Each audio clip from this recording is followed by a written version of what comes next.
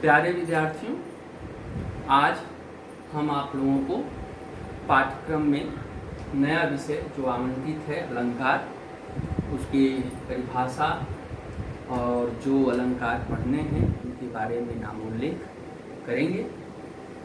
सबसे पहले हम अलंकार, जैसा कि आप जानते हैं कि भारतीय साहित्य में अलंकार का बड़ा ही महत्वपूर्ण स्थान है। रस के बाद यदि सबसे अधिक काव्य शास्त्र के अंतर्गत वार्ता की गई है, उल्लेख किया गया है, परिभाषित किया गया है, उसके महत्व को रेखांकित किया गया है, तो उस विषय का नाम अलंकार है। अलंकार का शाब्दिक अर्थ अलम धनकार से मिलकर बना है। अलम पूर्ण करना, विभूषित करना, शोभा बढ़ाना, अलंकृत करना जैसे अर्थों के लिए प्रयोग होता है। और कार अर्थात करना, यानी विभूषित करना।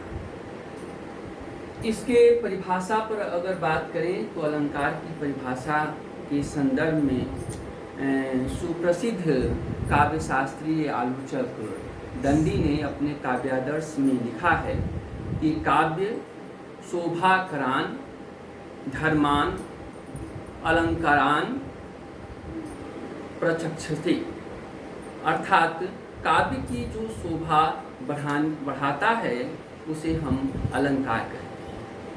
इसे सरल भाषा में अगर परिभाषित किया जाए तो हम कह सकते हैं कि काव्य के सौंदर्य को बढ़ाने में शब्द और अर्थ के साथ जो चमत्कार प्रियता का अनुसरण कवियों द्वारा किया जाता है उसे अलंकार कहते हैं।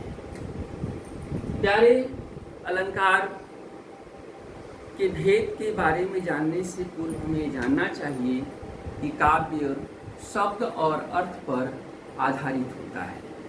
तो शब्द और अर्थ के संयोग से काव्य का जब निर्माण होता है तो हम यह जाने कि अलंकार के दो भेद होते हैं, एक शब्दालंकार और एक अर्थालंकार।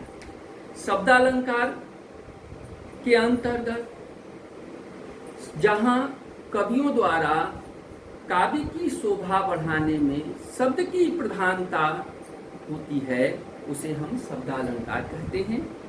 और अर्थालंकार के अंतर्गत जहाँ काव्य की शोभा अर्थ पर निर्भर करती है, अर्थात अर्थ की प्रधानता होती है, उसे हम अर्थालंकार कहते हैं। इस वर्ष आप लोगों के पाठ्यक्रम में जो अलंकार चयनित हैं पढ़ने के लिए, उसमें शब्दालंकार के अंतर्गत दो अलंकार है।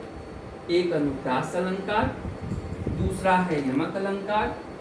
वहीं अर्थालंकार के अंतर्गत उपमा अलंकार, रूपक अलंकार, अतिशयोक्ति अलंकार और मानविक अलंकार।